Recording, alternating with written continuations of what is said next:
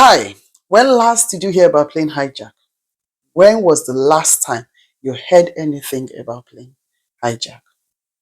Give you a moment to think about it. If you're Gen Z listening to me, you probably have never heard of any in your lifetime. That's how long ago that there had been any. But anyway, you might be wondering why I'm asking about plane hijack and how relevant is that to Hope Alive with Mary. You are welcome to Hope Alive with Mary. Before I proceed and let you know that you are very welcome. If you're new to my channel, please subscribe. I don't know why. It doesn't cost you anything. It doesn't cost you a penny at all. Just subscribe. It's your support to what we're doing. And please do like and share. That's all you need to do. And it does not cost you a penny to do that. It's your support and your part you're playing in what God has called us to do. All right, back to my question. When last? Let me give you a little background. Plane hijack was something that became very, very popular at certain points in terrorists and all manner of people hijacking planes and causing havoc. The most popular you probably have heard of is the 9/11 one that happened in 2001. And that changed the world. It changed the way we live, the way we travel, and everything. But before 2001, in 2000, we had 26 plane hijacks in 2000. In 2002, including the 2001 9/11 one, so by 2002, we had 10. That's a huge reduction, isn't it? By 2003, the following year, there was 9 hijacks around the world. That is between 2002 and 2001. So within a year, we had 9. And in 2005, we had just 1. And since 2005 till this date, which is 20 years, there has never been any plane hijacked anywhere around the world. Why do you think that is? What do you think changed? What changed is what happens at the gate, at the security gate. It is what happens at the security gate that changed everything. New laws were put in place. More stringent checks were put in place.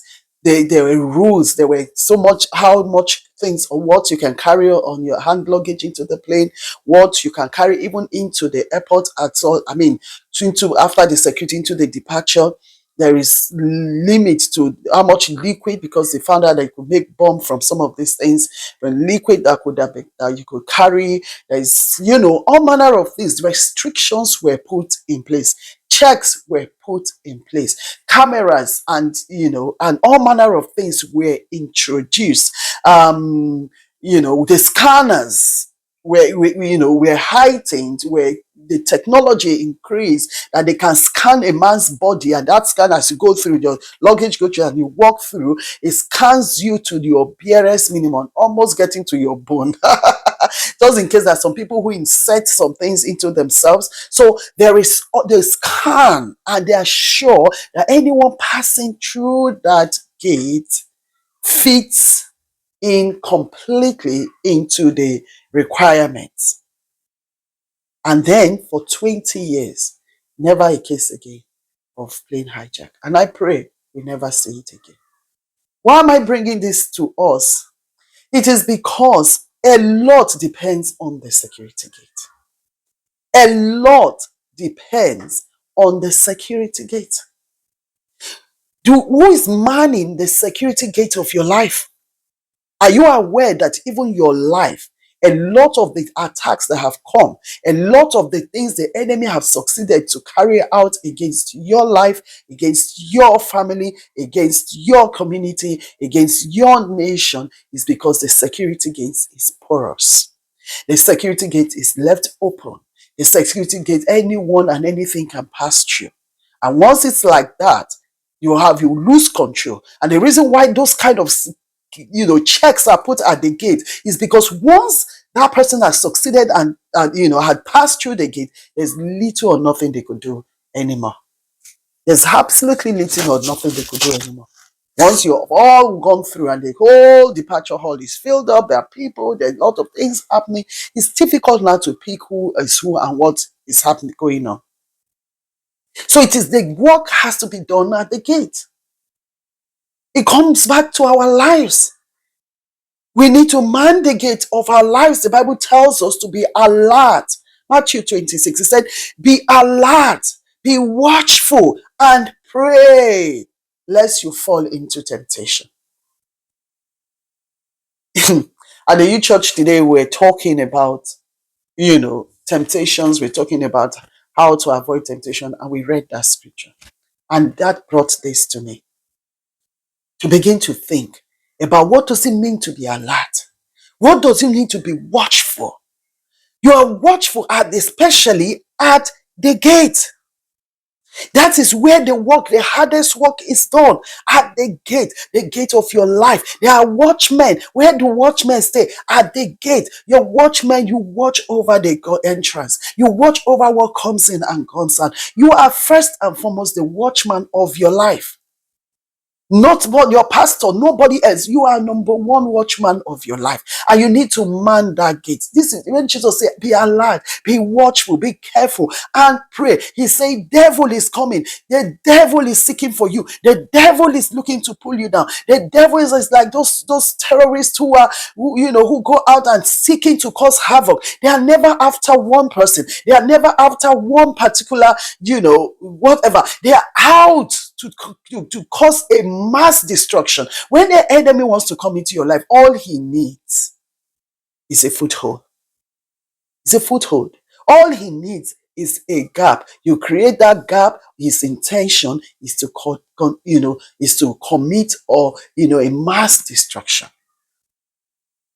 It needs just a gap. Are you manning the security gate of your life? Are you watching your gateways? Do you know the gateways? Your eyes, your ears. What are you listening to? What have you left your ears open to anything? And you say, well, if it gets in, and then I will deal with it, I will reject what I need to reject. But why did you allow it into your ears in the first place? Because once it has entered, it becomes challenging to deal with because it begins to find roots. Once you have allowed your eyes to see what you're not supposed to see, then you begin to create problems for yourself. Your gateways are also your appetite, your desires. What do you find pleasure in? Those are the parts that the enemy comes through to attack. Are you manning the gateway of your life?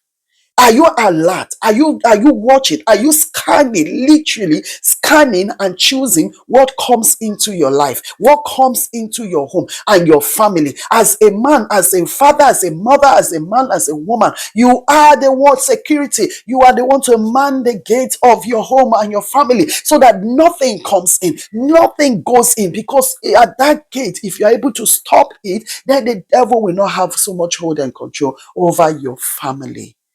Fathers, wake up. Mothers, wake up. Take your position at the gate of your home. Christians, we are to man the gates of nations. We are to man the gate of our nations, our community, our towns, our cities. And we say, Satan, thus far, no further.